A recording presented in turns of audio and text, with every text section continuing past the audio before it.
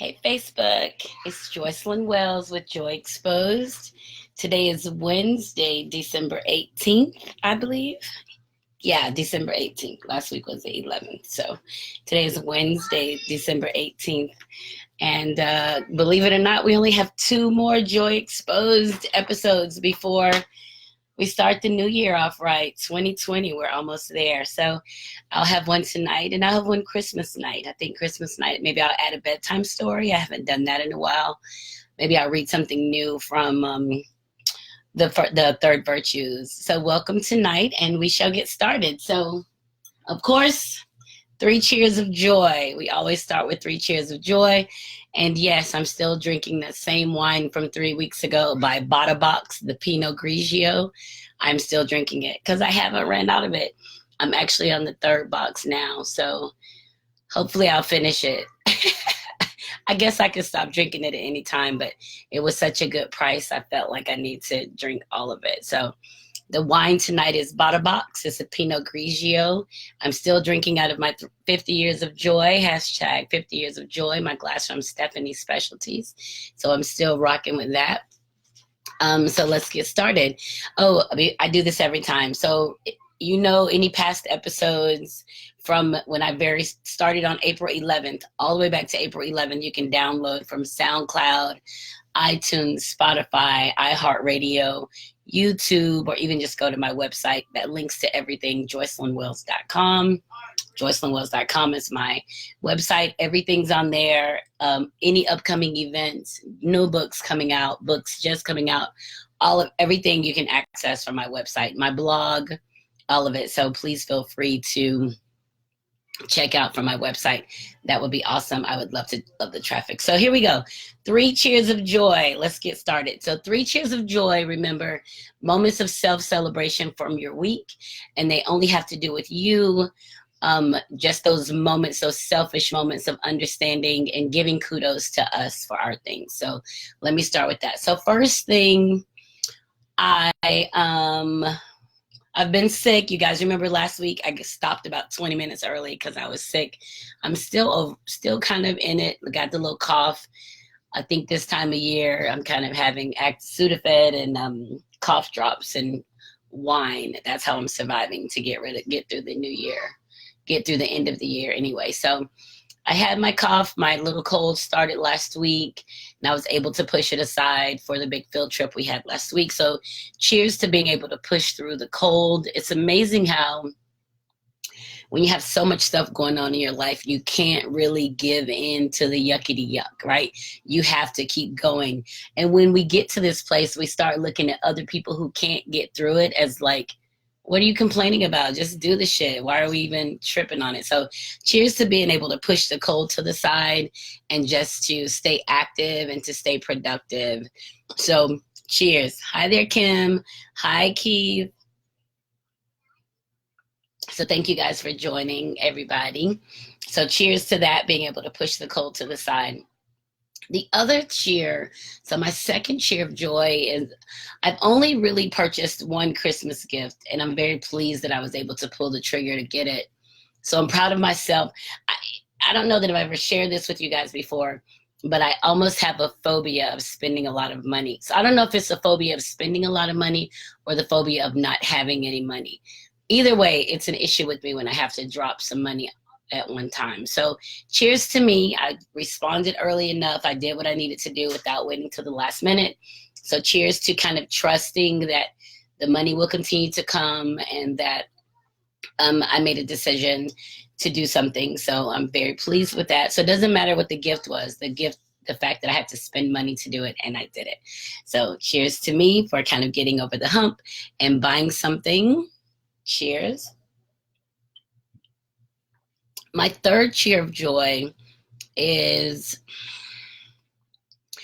I just published More Virtues of Joy 3 about not even a week ago, but I designed the book cover for my next book, which is Authenticity. So I'm already planning forward on what's happening next. I think I mentioned what was I going to write on next, and I think it kind of decided itself. So cheers to me for getting comfortable with knowing that I am a writer and I have to continue to move forward. So there's a celebration there. I've already kind of planned what my next move is going to be as far as writing. So cheers to that.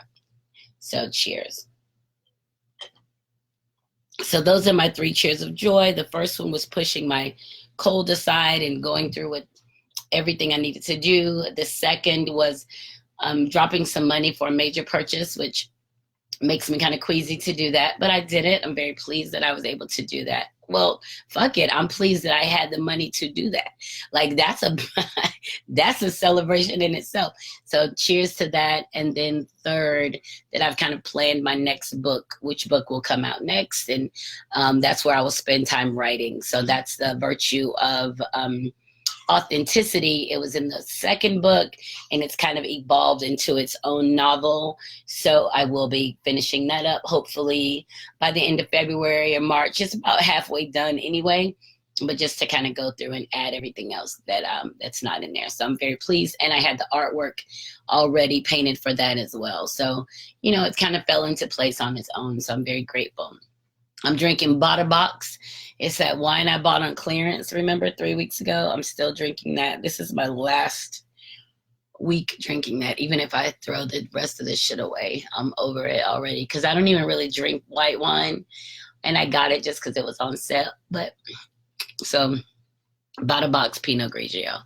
All right, so let's keep moving. Facebook post of the week. I've got several that I chose, and then I had a conversation that happened today. I'm gonna have to share. Oh, I'm sorry. I got a conversation that I started last week. I mean, today I'm gonna have to share on with you guys that. So I'll do my Facebook post of the week. Let me do that first. Hold on, let me find it. Okay, so my Facebook post of the week. I choose somebody's post and I shared that and give my comments on it. So let me find it. There was several actually that I liked. So one of them by Natalie Ann Williams. Sometimes she's on the show. I don't know if she's on tonight, but this one I really like because it kind of goes in line with stuff that I say all the time. Hi, Stephanie. Thanks for joining. This kind of goes in line with stuff that I say all the time. So a lady wrote, it's in a group called Conversations About Relationships. I'm not in the group. Someone screenshot it and saved it. I mean, sent it out, you know, shared it, I guess. So the conversation is, Dear men, how can we love you better? Honest answers. And one of the responses was to stop giving us a second chance to hurt you, hold us accountable, expect more from us, no more mommying. And so I really like that, especially with it coming from a man, because as women, we've talked about this before, as women, we tend to fall into a mommy role with men, trying to help them grow and to guide them and to keep giving them do-overs. And you know what? This was an honest answer. As many opportunities as you give someone to hurt you, that's as many opportunities, many times as they will hurt you. So it doesn't get any better. It doesn't get any better. We've talked about the idea of somebody lying to you, the deceit that goes with that, the planning that goes along with lying to you. We've talked about people taking advantage of you and making ill use of you. All of those things that we talked about, none of that stuff is a surprise. When somebody, think about yourself, when you're trying to get over on somebody, it doesn't just happen that you got over on somebody. There's a plan that goes along with it. So when we have these relationships with men and we put ourselves in the mother role, one, because we feel like we're in a better position in our life. So we're already making a judgment on where they are. We may have a better job, we may have more money, and we want them. So when women want men and we start making all these concessions to show him that, oh, this is a good place to be, he knows he can fuck up as many times as he wants to, and we're going to just keep allowing them to come back. So that was a real honest answer to how do we love you better?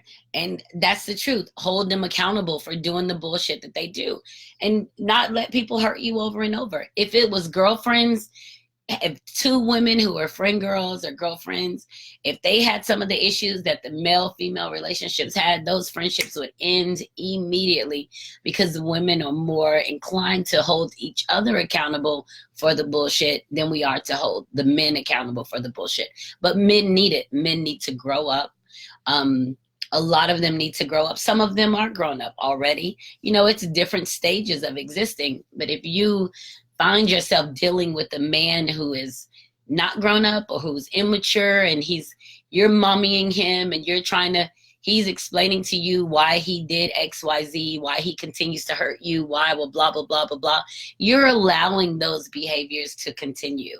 You're saying, okay, I understand why you hurt me, and stay here, and you're going to keep hurting me, and I'm going to take it until you get fed up, or you're in there and you got some kids, or, you know, some extenuating circumstances that you can't leave. Well, stop doing that. Like, we have to be strong enough and aware enough of ourselves as people, not even just women, as people, to understand that our goodness is promised to us. Like, our goodness is promised to us. It doesn't come from a man mistreating us. That's holding us in the muck.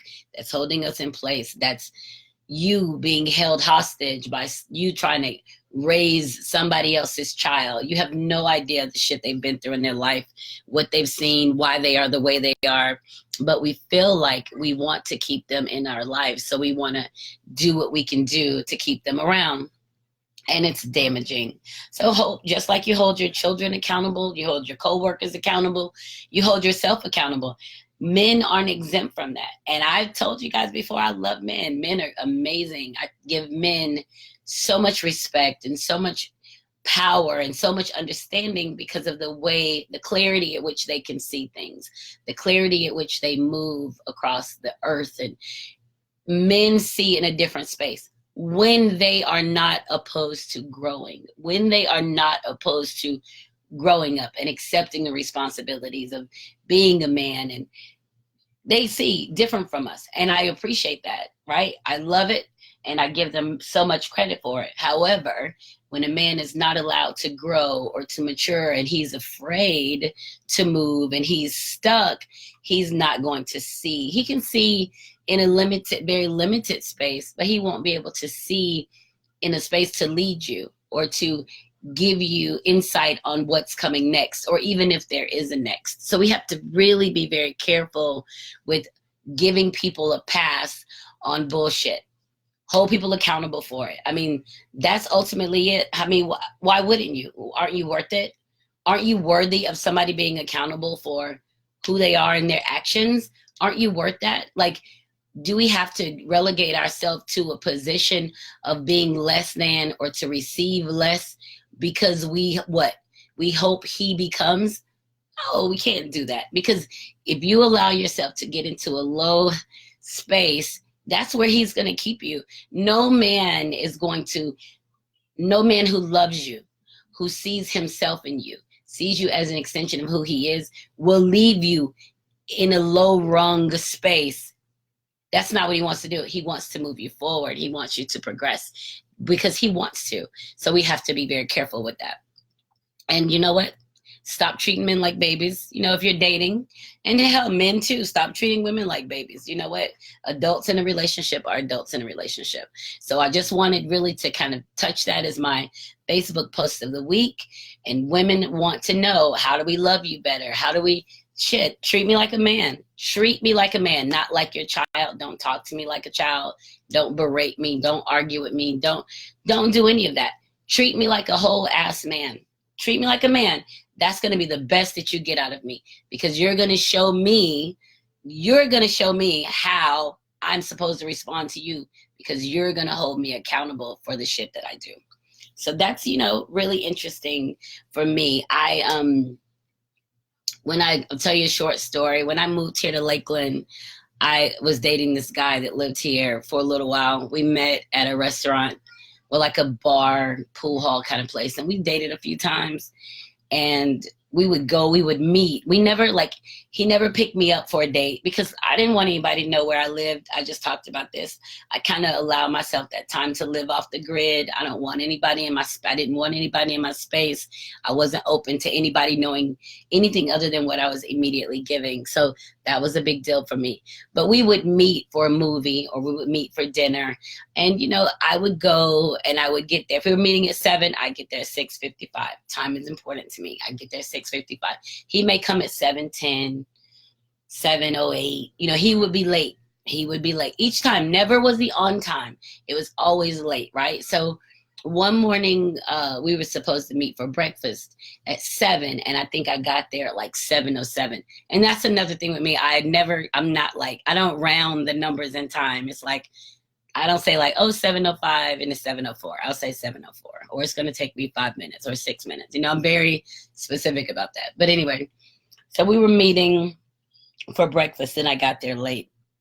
Well, not really late. I got there at 7:08 when it was supposed to be 7. Well, he happened to be there at 7. So he had an attitude with me for like the first part of breakfast. And I finally asked him, I was like, what's the problem? You asked me to come to breakfast and you want to sit here and have an attitude. I could have gone on to work. Like, what is the deal? And he was like, well, I wanted to see you and you're going to come in here late and blah, blah, blah. And I was like, I'm not late. He was like, yeah, you're supposed to be here at 7. I said, but hold on a minute. You have established a range of time for meeting anywhere between 8 and 17 minutes of after when we're supposed to meet. So if I'm within that 8 or 17 minutes, I'm on time. You're the man. You established how that shit works. And he was like, what? He was like, wait a minute, what? I said, every time that we meet, you're late. You come after the time. He says, well, if it was a problem, you should have said it was a problem. I said, it wasn't a problem until this moment. It's a problem. I didn't have a problem with it. You have a problem with it. I said, so if you are the man and we're dating and you establish that we can be between 8 and 16 or 8 and 17 minutes late when we're meeting, then as long as I'm within that time range, I'm fine. And he just sat there and really looked at me. He says, well, I mean, I could have other stuff to do. And I said, well, is your time more important than mine? Are you telling me it's okay for me to sit and wait for you, but you can't sit and wait for me? Do you think your time is more important than mine? Do you think you're better than me? He was just sitting there and he just got really quiet and was just looking at me. And I was like, what? Answer the question. Are you better than me? Do you think that? You know, because I'm like, fuck you. You know, you better than me. I don't give a shit. So he said, you know, we finished our 8-hour breakfast and everything, and he was really quiet. And he said, you know what, as long as I've been doing this, dating and coming and going as I please, he said, there's never been a person to hold me accountable for the shit that I do. He said, no one's ever called me out on my shit. And I was like, well, good for you. Like, good for you, right? So, I mean, this is the time. So that's what I'm talking about. We can't give people a pass on just treating us like crap. We can't hold somebody accountable. And that's what men want to know. They want to be held accountable. That's what men need, to be held accountable. Do it. If they don't want and they want to play games, let them go play games somewhere else. How's it going to benefit you if they're wasting your fucking time? It's not. So shout out to that. My Facebook post of the week. I was very pleased about that one. And just holding people accountable, not mommying men, grown-ass men. They know they don't want to be treated like their mom. Like, they don't want you to treat them like you're their mom. They want to be treated like men. So give it to them. And I know that was just one speaking for masses, but that was the comment that stood out. And I loved it, loved it, loved it, loved it. So that's my Facebook post of the week.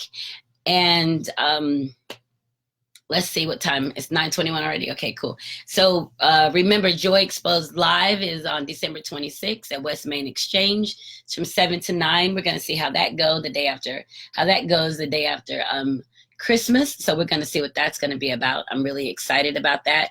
Trying to figure out what format I'm going to use to kind of see, what's going to be the best way. Last month was really cool. So I get to try that again.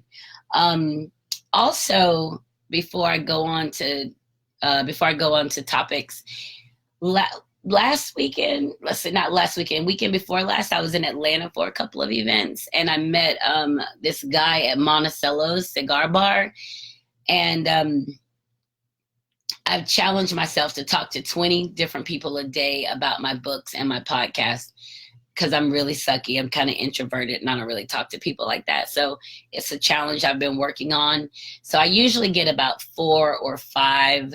The most I've ever had is like 12, I think, because it's stressful for me, like to just walk up to somebody and start marketing or networking. That's stressful for me. So I was at Monticello. It's a cigar bar and restaurant, and it's a lot of stuff that happens in there. I think it's a dance club too. I never went to that part, and it's on Powers Ferry. So I was there and I started meeting. I had a couple of cocktails and I got a little jazzy, so I was okay. So I started going around meeting people. So I walked up,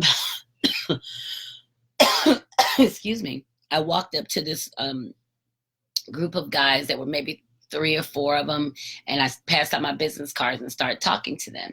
So one of the guys, his name is Reggie. I met him. He actually starting a blog on January 1st. It comes out. It's called stickmen.blog, and they're showcasing local cigar pubs and cocktails and people who smoke and hang out in that in that kind of sector. And so his blog comes out on January 1st. Well, I talked to him that night, and then he reached out via email saying that he wanted to get with me and possibly interview me as one of his stick women to kick off the blog season. So that was really cool. And, you meet people and they tell you this and they're going to reach out, or you try to connect and you don't really connect. And I was really pleased that he emailed me, and we had an opportunity to talk today for about 30 minutes of some different things that we can do. And I sent him a couple pieces of my writing, a couple articles that I put together, one about Kevin's conscious cigars, because they're doing a cigar blog. So that would be cool for them to know about him and his new cigar line and maybe reach out to him. And then when I was featured in another article. So that was really cool. I'm really looking forward to seeing, what opportunities come about from working with Reggie and his team. He has a team of people. So it's like 3 of them, like marketing and director of this is working on like sponsorships and stuff. And I was like, oh, it's just me. It's just me, right? So we had a whole conversation about that. So that was kind of cool. But once his blog comes out on the 1st, I'll share it on my page, and maybe we can give them some love and some support on, and see what comes out of that. So that's really cool. All right.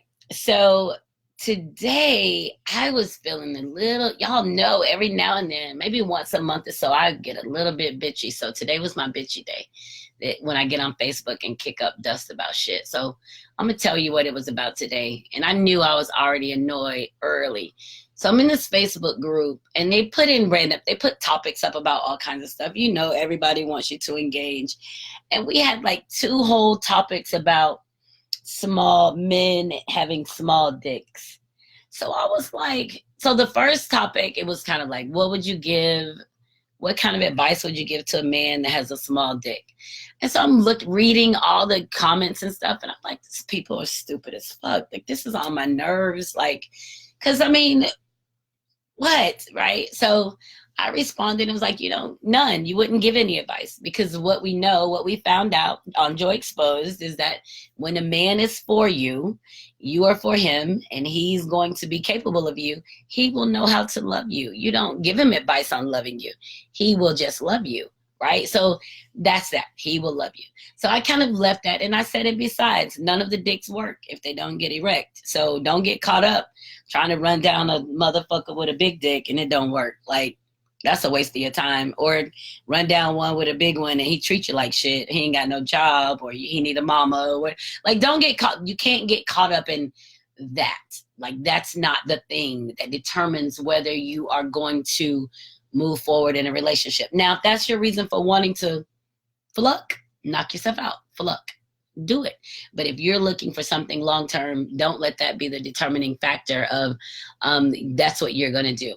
So, so that was, I read that comment. And now keep in mind, I've known a lot of these people for about 5 or 6 years. So we talk about all kinds of stuff in the group, and we get together. I was with them that weekend before last. We get together, and we have like a virtual family thing that we do. So the post itself annoyed the fuck out of me.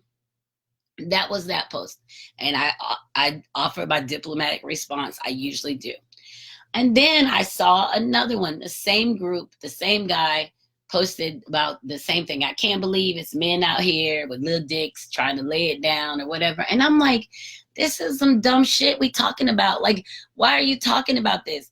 I said, and the fact that this is a conversation just explains even more why women and men end up in these fucked up, sucky relationships because of this conversation. Like, stop. How do you hold somebody accountable for something that they didn't choose? And so he was like, well, I'm not holding them accountable. I was just saying. I'm like, well, if you're trying to make light of or make fun of something because something they didn't choose, what's the point of that? Like, what the fuck is the point of that? And so somebody was like, well, who died and made you the spokesperson for the little dicks? I said, I don't think anybody died and made me the spokesperson for the little dicks. I said, but this conversation reminds me of my middle school classroom, and I'm supposed to be in here with some adult motherfuckers. Like, there's grown-up people in here, and y'all this age, and this is your conversation. You should be like 6th, 7th grade talking about your dick is bigger than somebody's. Like, this is child's play, and we talking about people who want substantial, significant relationships, who want to be married, who want to be in relationships, who want to have somebody who's going to take care of them for the rest of their lives or when they get sick, and you going to get caught up on an appendage. Like, what the fuck? So I was really annoyed by it, but that's how I knew that I was in the bitchy space. I knew that today was not going to be my good social media day. So I tried very hard to limit my responses because I was like, I wanted to ask the motherfucker who posted it, well, shit, what kind of dick you looking for? And it was the guy who posted it, but I wanted to ask him, well, what you looking for? When you look, what you looking for? But I didn't. I was trying to hold it together. I just think that there's so much misinformation out there, and all people want to do is be in a space that somebody fucking loves them. Love unconditionally. That's what people want. What people who say they want, that's what they want. But when you have so much yucky information out there and you think that this is the thing that's supposed to be the thing, this is how you end up stuck in some bullshit. Mommying somebody treating you like crap, somebody gaslighting you, somebody not being held accountable, you taking care of somebody in your house in this crazy ass hell because the focus is on what? Because he had a big dick? No, that's dumb. And I was annoyed by that today. So, I responded to that, and I responded to the person who died and made me the spokesperson. And it's not that I'm the spokesperson for somebody with little dicks. I'm the spokesperson of receive me as the fuck I am. Don't try to change anything about me based on what you want or what you think. This is who I am. This is me. This is Joycelyn. I'm going to tell you right now, anybody I date, anybody want to make a comment about me, nobody will ever, ever, ever be like, oh, I wish you were a size 8. Fuck you. Keep a wishing. That's not me. And I'm not going to change my life upside down to make you happy for some bullshit that's not naturally who I am. I exercise. I stay in shape. I take care of myself. If you look genetically down my family tree, the women in my family I'm shaped like them. And if you look at my daughters, they're beginning to shape like me. Guess what? This is who I am. Sorry. So you can't take somebody's something and try to make it, you can't take somebody's something and try to make it something to be pleasing to you. Take who I am, take who you are, and love that shit. And if it doesn't fit into your little box of expectation, fuck you. You go somewhere with your little box. So that shit annoys me. And I don't even think, here's the other thing. When people talk about some man's dick being big or small, I don't even think men even know. When do men stand around and look at each other's dicks? When are they measuring? How big is mine? How big? Like any man on my timeline, you tell me the last time you stood side by side with another man and measured the size of your dick. I don't even think men know unless they looking at porn and they be like, oh, that's a dick. His dick is smaller than mine. His dick is bigger than mine. What? But knowing from day to day people walking next to them, men don't sit up making comparison of dick sizes. Men don't sit up doing that. So when I honestly think when men make those comments, they're kind of baiting comments for the women to get caught up in. I figure if you're making a comment about dick size, you need to have yours just hanging over your fucking shoulder. You need to be walking around with about an 8-pound dick. You ought to be like, my dick's so big I can't even keep it in my pants. That's how I'm making reference to everybody else's. But I think it's the baiting, because not debating, the baiting. I think it's people baiting to get women to be like, ooh, if he talking about small ones, he must not have a small one. He must have a big one. And you know, women, we can be simple as shit like that, about stuff like that. So that shit annoyed me today. I hate, maybe I'm for the maybe I'm for the underdog. I don't know what it is. But what I know is I'm for people being okay with who they are. That is the first step to getting to a place of understanding you and getting to freedom. So I don't play that. You don't get to, I don't even sit up and talk about people. I don't understand it. Like, and I've said before, maybe I'm autistic, maybe I'm on the spectrum. I don't know. But when somebody sits up and talk about somebody, I'm like, I don't get it. Like, it makes no sense to me. There's no humor in it. It, to me, is malicious. It's intentional. It's trying to hurt somebody. It's trying to make fun of something, probably something that the speaker is insecure about. They got to point it out on someone to show that they're superior in that. Well, whatever. I had a conversation on Facebook and they told me I didn't understand the post. I was like, well, I'm fine with my answer. Shit. This is what I read and this is what I understood from your post. I don't have to change my response. My response stands. And they were like, well, you're confused. I was like, oh no, I'm not confused. This is Facebook. It's not organic chemistry. I was confused in organic too. I was confused in biochem. Let's talk about some shit that confused me. But you and your simple ass way of talking is not fucking confusing to me. What you're trying to say or what you think you're saying, I'm responding to that because this doesn't make sense. So I don't have a problem with me being honest about myself and accepting me as I am. Of course, I've looked at myself and said, oh, I should change this, or I don't like my arms are flabby, or maybe I should have plastic surgery on my tummy to get rid of these stretch marks, or, you know, I've thought stuff like that shit for like a point of a half of a second. Like, I ain't doing shit. This is me. I mean, and I love it, which is one reason I don't wear makeup. I ain't wearing no makeup. I don't wear weaves. I don't wear wigs. I can do all of that.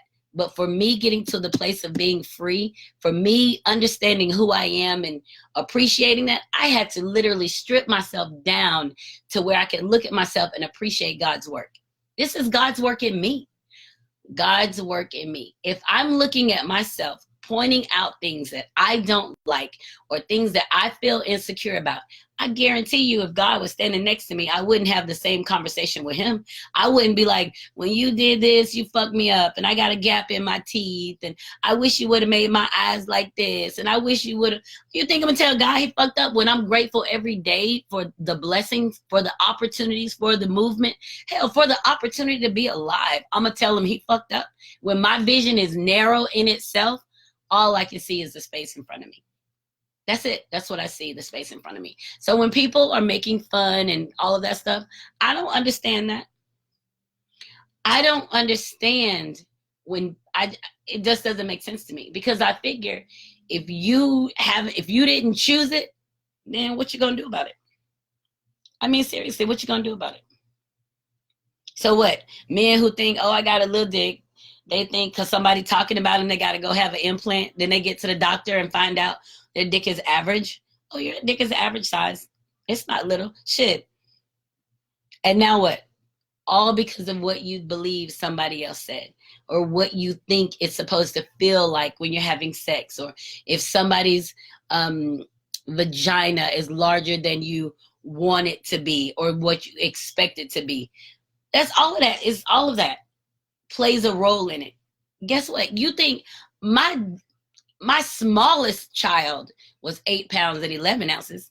Do you think I have a narrow, tight vagina? You think it's just still like it's 18? Fuck no. My smallest baby was 8 pounds 11. My largest child was 9 pounds 10 ounces, and they were all natural childbirth. You think I snapped back to 18, 17, 18? Hell no. You think somebody that I allowed to share in my space or to have sex with me is complaining about the size of my vagina? And if they are, so fucking what? So what? You're complaining about it. I birthed children here. I had whole children. I was used as a vessel to bring life here. And you think because you feel like it should be different, I got to do something different? No, you figure it out. This is what we're doing. We're going to figure out how we're going to do it. But we don't get to sit up and complain about it or whine about it or none of that. I don't like that shit. Doesn't make sense to me. The size of somebody's forehead, none of that shit. Whether you're knock-kneed or bow-legged or none of that. I be thinking like, nobody got control over that shit. We wasting time. We could be doing some grand shit, but we going to sit up and try to poke fun at a motherfucker? Man, please. Not even with it. So those kind of things to me, and maybe I do feel protective over people. So I feel protective over people because I know that people feel bullied or made to feel insecure about things they don't have any control over. Or maybe I just feel like I'm on my mission to be like, while we talking about this ignorant shit, when we supposed to be knocking down walls, moving forward, being free, while we spending time in this yuck space when we supposed to be moving it. So, I probably got a couple of issues about it. It's all right. Call me on it. Tell me, be like, girl, they was just playing. Yeah, whatever. I didn't think it was funny. Okay, ha ha, yeah, hilarious. What the fuck ever. I got shit I'm trying to do.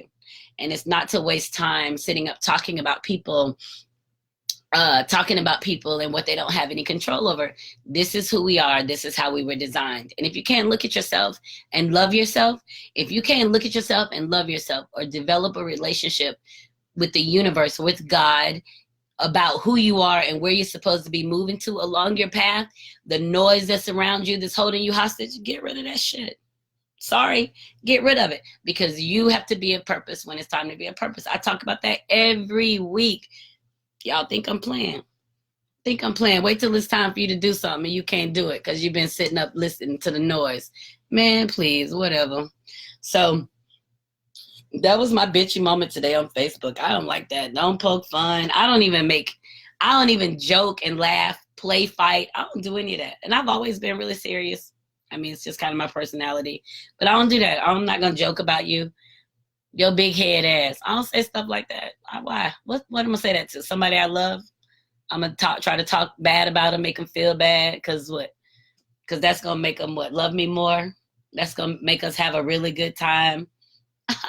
No, that's not funny to me. And I ain't pretending. I just don't do that. So, yeah, how was my bitchy moment on Facebook today, boy? I was lit. So I was protecting the people today. So let's see. What else? Last Thursday, I told you guys on Wednesday night that I was flying to Boston on a field trip with some students.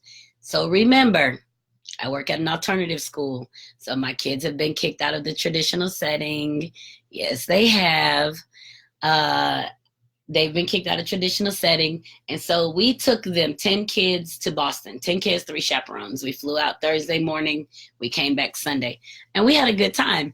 Now, I expect the kids to have some craziness happen because they're alternative. They're alternative. Even if they weren't alternative school, they're still kids. They're teenagers. They're going to try to do stuff. Blah, blah, blah, blah, blah. And we all did it. Stay up late. Try to sneak and drink something, try to sneak and smoke. They're kids. That's what they did, so, and I'm not necessarily the cool one. I'm the one that has the width and the depth of my vision of situations. And that's a gift that I had to realize. A lot of people don't have that. I'm able to see beyond in front of me, I'm able to see objectively and forward, to see through a situation. So very rarely do I feel stuck in a situation. And I'll talk about this a little bit. Very rarely do I feel stuck in a situation if I can see myself through the situation. So, and even if I'm hesitant about going into a situation, if I can see myself on the other side, I don't stress it. I just go do it, right? So that's a gift of mine. I realize a lot of people don't have it. And when I even ask them, like, well, can you see through next week? Can you see through Wednesday? Can you? And they're like, no, I just can't. I got to get through tomorrow first. People can't see that. So that's a gift of mine. I don't know what that's called or why I have it, but it definitely puts me in a good space. So anyway, we travel with these kids. We went to Boston. The whole point for taking them to Boston is they grew up in Florida, and they may have never even left the city in which they live, and never been anywhere other than somewhere on the field trip, maybe never even been to a mall, so we took them to experience a different climate, cold weather, snow, just this freedom of movement, stay at a hotel. And it's funny because many of them haven't stayed at a hotel. Most of them haven't stayed at a hotel. So they get so much enjoyment out of being at a hotel that they want to spend most of their time at the hotel. They're not necessarily interested in leaving, going to see stuff. They want to go and they want to just stay at the hotel and hang out at the hotel. Really funny, but whatever. So we got there Thursday evening, and it gets dark at like 4:00. So it's not like we had all night. So like 4:30 was dark already. We weren't familiar with the subway system or anything. So we did hang around the hotel. They had a snowball fight late night, and then in the morning on Friday. Well, Friday morning we got up and we rode the subway to Harvard. And it is a beautiful campus. I'm a student of life, right? So I'm a student of life. I love that there's so much history and time and resources put into institutions of education. I love that. I love that you can be in a building that was built in 1850 something because it was built for education. I'm an educator. I'm a proponent for education. Like, everybody should have education. Like, no one should ever say college isn't for me, or you're never learning enough. You're never learning enough. And so I push that for everybody. Put yourself in a position to learn something else. Anyway, so I went to Harvard. Beautiful, beautiful campus. I took some great pictures, and it was just rich, like not rich financially, just rich history. You could look at the architecture, the wrought iron, the bricks, the sculptures, like copper sculptures. You could just look at it and see the detail. And that's me now. A lot of people see it and be like, whatever. You can't see somebody else's eyes. These are my gifts. So we went there and hung out. While we were there, it happened to be a protest on the campus. The workers were protesting the wages, and it was a picket line or protest line, I guess it was called, maybe 100 people. And they were, bumming a drum and singing the songs. They want fair wages. They want something with health care. And we sat there and we watched this. We watched for probably 20 minutes or so. And our students were really into it because they'd never seen anything like this. Because we're in Florida, you don't protest in Florida. You don't picket. Like, whatever the rule is, that's not something that you see in the state. So they were really into it, asked a lot of questions. One of the chaperones was able to tie it into a lesson that he had just taught on Cesar Chavez. So, it was really just interesting when you see the classroom come to life, and the kids really love that. So that was fun. And we hung out at Harvard, and then we went to, what did we do after Harvard? Oh, we went to Chinatown. So they wanted to know, why are we going to Chinatown? Why are we going to Chinatown? And, all of the port cities have these communities where the settlers came in, and they have these communities. Chinatown, just like Hong Kong. If you've been to Chinatown in New York, Boston, in Hong Kong, like wherever, the signs look the same, the architecture, the decor, all of those kind of little ornamental things, exactly the same. So our students were Mexican and Black, and maybe 2 white American students, right? So out of 10, so maybe 2 white American students. Yeah. And so there's a lot of questions because they don't, why would you, what we're going to Chinatown for? What are we going to go to? Chinese and da da da.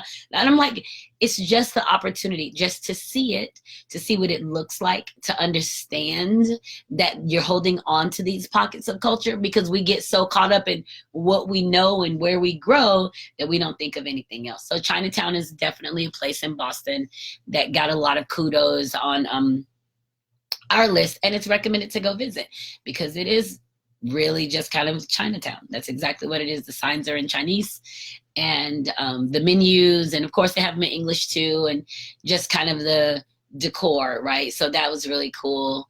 And then we went back to the hotel. So that was Friday night. And then Saturday, it rained Saturday morning. But when we left, we went down to downtown Boston to do the Freedom Trail, which was great because I mean, we talk about the Boston Tea Party, the Battle of Bunker Hill, so all the stuff you learn in school, you hear it, but then you get to see it and it's coming to life in front of you. So we did a tour of that. We had Boston Stout Pizza.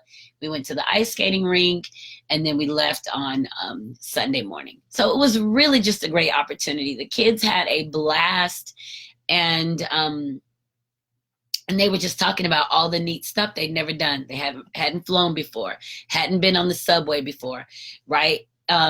All of these things they had not done before, and they had an opportunity to do them.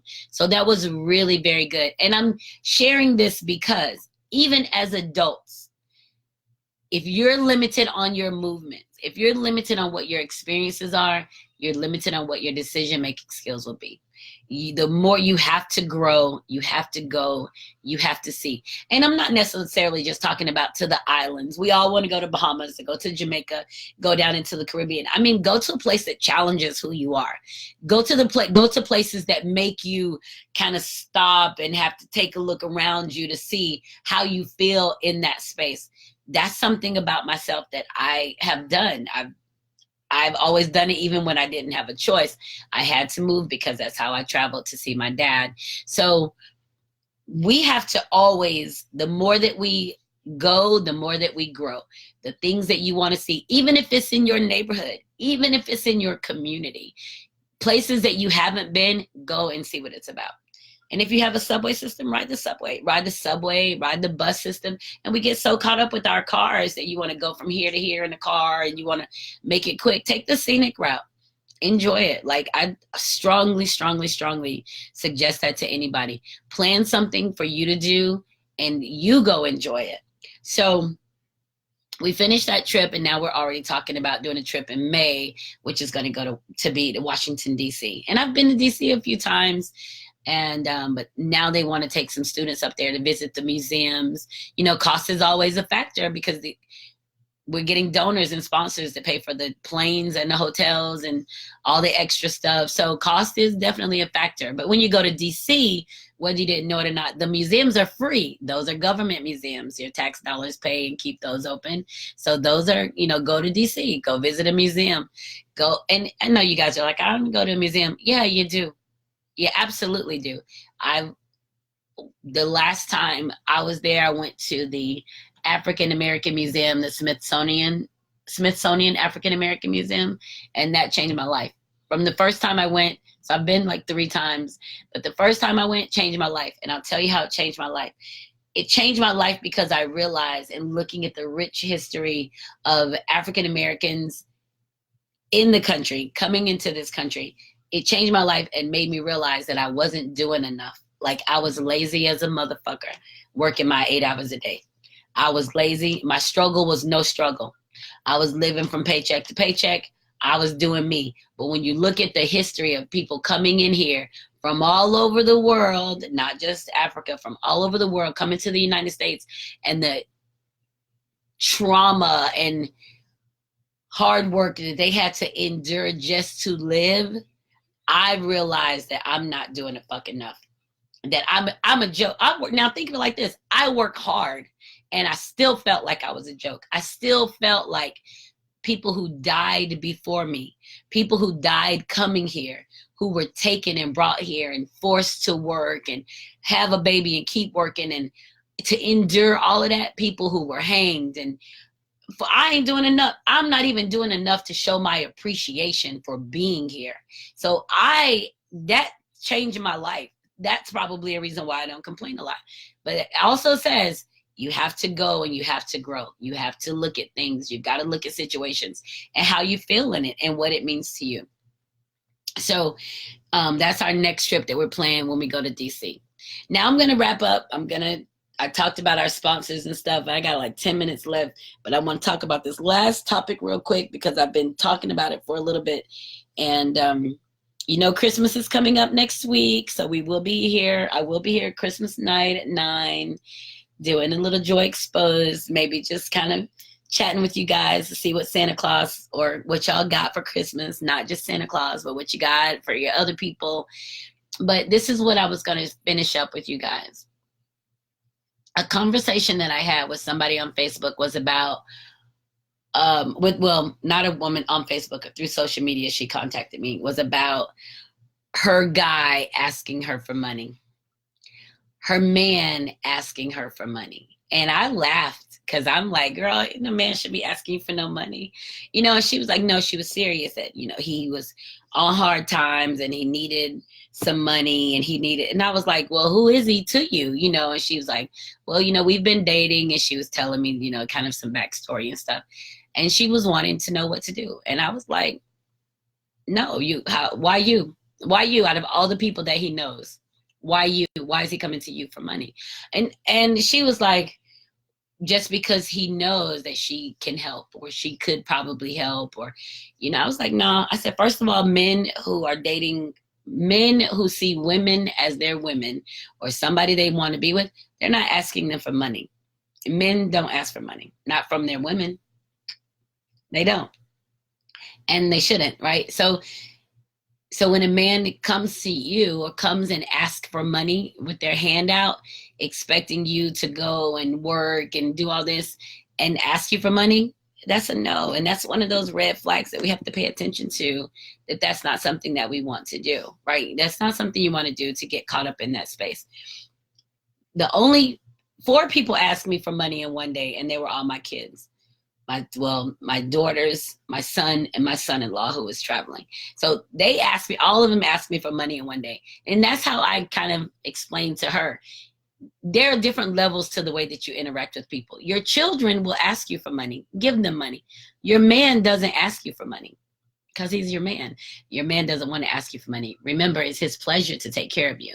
He wants to be able to take care of you. He wants to make sure that everything is in line to be able to take care of you.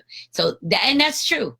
So a man coming and asking you for money, it's a red flag. So that's a no. Why? Ask somebody else. Go to his parents. Go to his boys.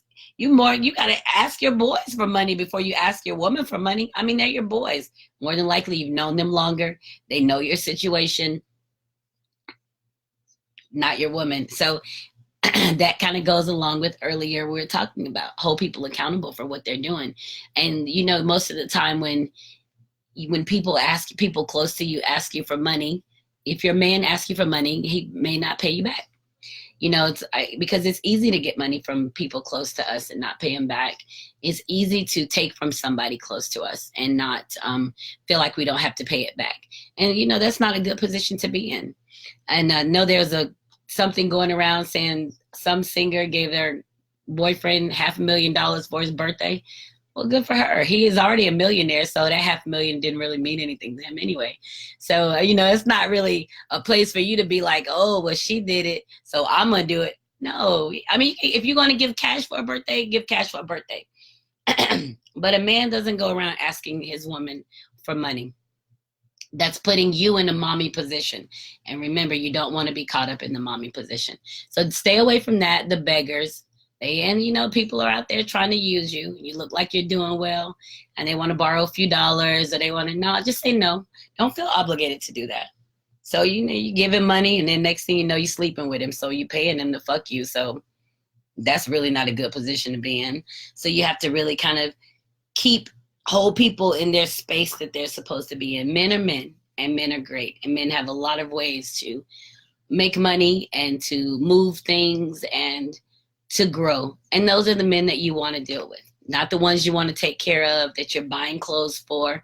You know, women will say that I got to keep my man fresh and I got to keep him. No, you don't. It's a grown ass man. You can keep your kids fresh because they're your kids, they're your responsibility, but grown ass man, he can take care of himself. He take care of himself. And he wants to take care of you. That's what makes him grown. So I wanted to make sure I mentioned that in there because that was a conversation that came up. I didn't know people really got stuck in that space. I had a few years ago, a friend of mine was telling me how she and her boyfriend had gone out to dinner and he had forgotten his wallet. Well, he told her he forgot his wallet. And then, so they had dinner and she paid for dinner. And then they stopped at the store to get something. And we've had other conversations about this guy before that. So it wasn't a surprise. But then they stopped at the store. He wanted to get some kind of ice cream or something. And she pulled over. She was driving. It's like, okay, we're going in. And he was like, well, you're not coming in? And she was like, no, why? What do you want me to pay? And he was like, yeah, remember, I don't have my wallet. Well, he went to get out of the car and his wallet was in his back seat the whole time. So, that's shady, right? It's shady shit, so you just don't want to get caught up in stuff like that. And you keep the lines very clear. And that's a no. Red flag for sure. Men asking for women for money is a red flag. So if a man comes to you for money, a place to live, those kind of things, remember, he's putting you in the mommy position. So when somebody puts you in the mommy position, you can't fuck them. You treat them like your kids. You don't blur the lines because they're not going to get to that place of being the man that you want them to be or that you desire for them to be. That you desire for them to be. So, and remember, the whole goal is to not be held hostage by the bullshit. So you have to keep yourself focused in that, keep yourself straight, and knowing the things that are going to hold you hostage. So next week is Christmas. So we got a whole week to go before Christmas. And I think that's about it. So remember, any past episodes you can download from Spotify, iHeartRadio, Google Play, iTunes, YouTube, my website. And this is Joycelyn Wells with Joy Exposed. And remember, when joy's exposed, everything just feels better. I'll see you guys next Wednesday. Mwah. Kisses. Bye.